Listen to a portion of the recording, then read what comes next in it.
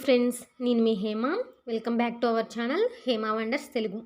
ఈరోజు మన wonderful recipe ఏంటంటే మసాలా ఇడ్లీ. ఇడ్లీ తినడానికి చాలామంది చాలా కష్టపడుతూ తింటారు.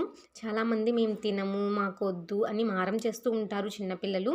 అలాంటి వాళ్ళకి ఇలా మసాలా ఇడ్లీ కనుక చేసి పెట్టినట్లయితే ప్రతిరోజు ఇడ్లీనే కావాలని తింటారు. ఈ మసాలా ఇడ్లీ ఎలా ప్రిపేర్ చేసుకోవాలో చూసేద్దామా మరి.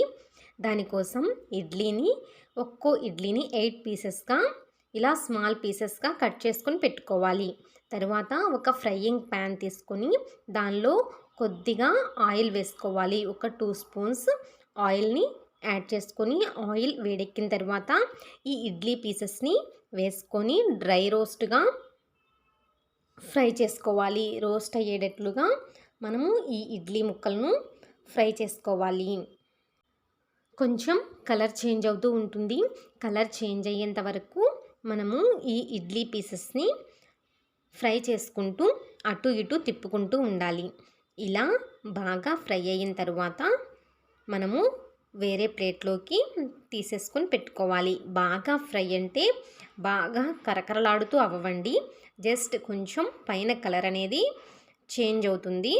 మనము ఇడ్లీని మీడియం ఫ్లేమ్లో పెట్టుకొని ఫ్రై చేసుకుంటే సరిపోతుంది. ఇప్పుడు వీటిని ఒక ప్లేట్లోకి తీసేసుకుందాం. చూడండి, కలర్ చేంజ్ అవుతుంది. మీరు కనుక ఇలా మసాలా ఇడ్లీ చేసి పెట్టినట్లయితే మీ పిల్లలు రోజు ఈ ఇడ్లీనే కావాలని తింటారు.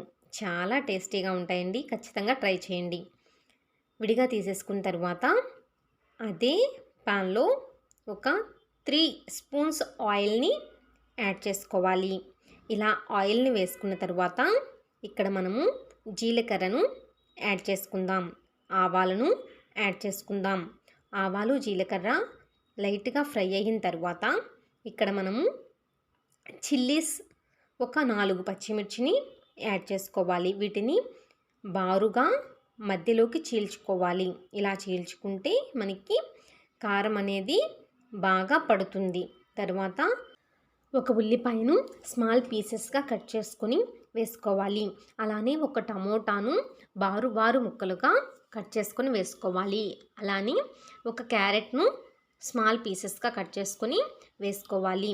ఇవి బాగా ఫ్రై అయ్యేంత వరకు కలుపుకోవాలి.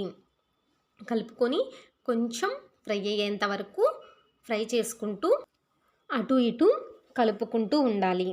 ఇప్పుడు దీనిలో 1/2 స్పూను పసుపు, అలానే రుచికి సరిపడా మన ఉల్లిపాయ టమోటో ముక్కలకు తగ్గట్టుగా రుచికి సరిపడా ఉప్పు, కారం యాడ్ చేసుకోవాలి. ఇక్కడ మనము మిర్చి యాడ్ చేసాం కాబట్టి కారం కొంచెం తక్కువగానే యాడ్ చేసుకోవాలి. చూడండి, ఇలా వేసుకున్న తర్వాత బాగా కలుపుకోవాలి. ఇప్పుడు మనము దీనిలో అల్లం వెల్లుల్లి పేస్ట్ లేకపోతే మసాలా యాడ్ చేసుకోవాలి. ఇక్కడ అల్లం వెల్లుల్లి పేస్ట్ని కనుక యాడ్ చేసినట్లయితే చివర్లో గరం మసాలా పౌడర్ని యాడ్ చేసుకోవాలి.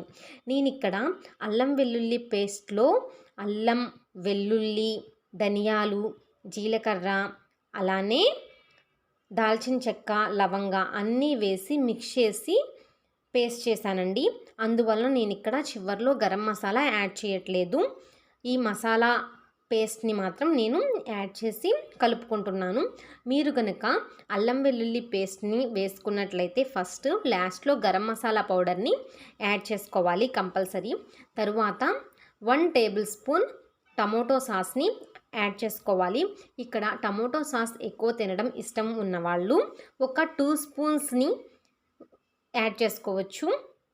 తరువాత ఇలా అన్నీ బాగా కలుపుకున్న తర్వాత కొద్దిగా వాటర్ని యాడ్ చేసుకొని అవి మునిగేంత వరకు కొద్దిగా వాటర్ని యాడ్ చేసుకొని ఈ వీడియోలో చూపిస్తున్నట్లుగా బాగా కలుపుకోవాలి. జస్ట్ ఒక 2 మినిట్స్ హై ఫ్లేమ్లో పెట్టినట్లయితే అది దగ్గర పడుతుంది. మనకి ఉల్లిపాయ, టమోటో, క్యారెట్ అప్పటికే ఉడికిపోయి ఉంటాయి కాబట్టి మనం ఫ్రై చేసుకున్నప్పుడు ఇప్పుడు ఇక్కడ వాటర్ అనేది ఆ సాస్ మొత్తం కలవడానికి మాత్రమే. ఇలా వాటర్ యాడ్ చేసుకున్న తర్వాత కొద్దిగా సేపటికి దగ్గర పడుతుంది. అలా దగ్గర పడిన తర్వాత మనం ఫ్రై చేసుకొని పెట్టుకున్న ఇడ్లీ పీసెస్ని యాడ్ చేసుకొని బాగా కలుపుకోవాలి. ఇలా వాటర్ యాడ్ చేయడం వలన ఏంటంటే మనకి ఆ టమోటో సాస్, ఈ మసాలా మొత్తం మొత్తము మన ఇడ్లీకి పట్టేస్తుంది. చాలా క్రిస్పీగా, చాలా టేస్టీగా, చాలా క్రంచీగా ఉండే ఈ మసాలా ఇడ్లీ మీరు కూడా ఇంట్లో ట్రై చేసి ఎలా వచ్చిందో నాకు కామెంట్ సెక్షన్లో తెలియజేయండి. Thank you friends, thanks for watching. అంతకన్నా ముందు నా వీడియోని కనుక మీరు మొట్టమొదటిసారి చూస్తున్నట్లయితే నా వీడియోని లైక్ చేయండి, షేర్ చేయండి, కామెంట్ చేయండి, సబ్స్క్రైబ్ చేయడం మాత్రం మర్చిపోకండి. Thank you friends, thanks for watching.